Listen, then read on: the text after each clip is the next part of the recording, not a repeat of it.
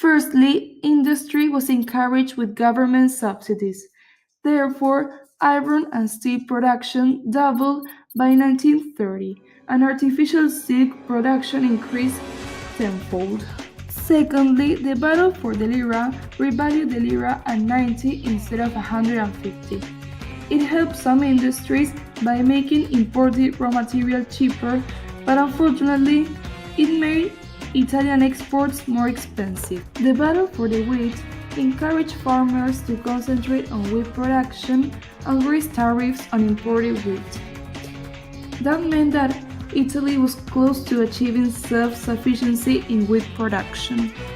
The battle for the birth was a campaign to increase the birth rate.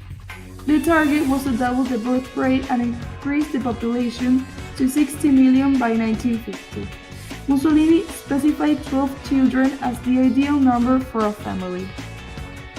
The after-work or dopo lavoro organization provided Italian people with things to do in their leisure time. There were cheap holidays.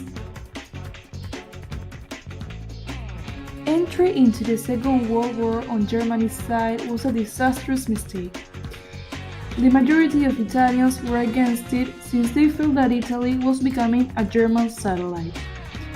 Besides, Mussolini had failed to modernize the economy sufficiently to support a prolonged war. The general public suffered hardships. Taxes were increased to pay for the war. There was food rationing, massive inflation, and even a 30% fall in real wages.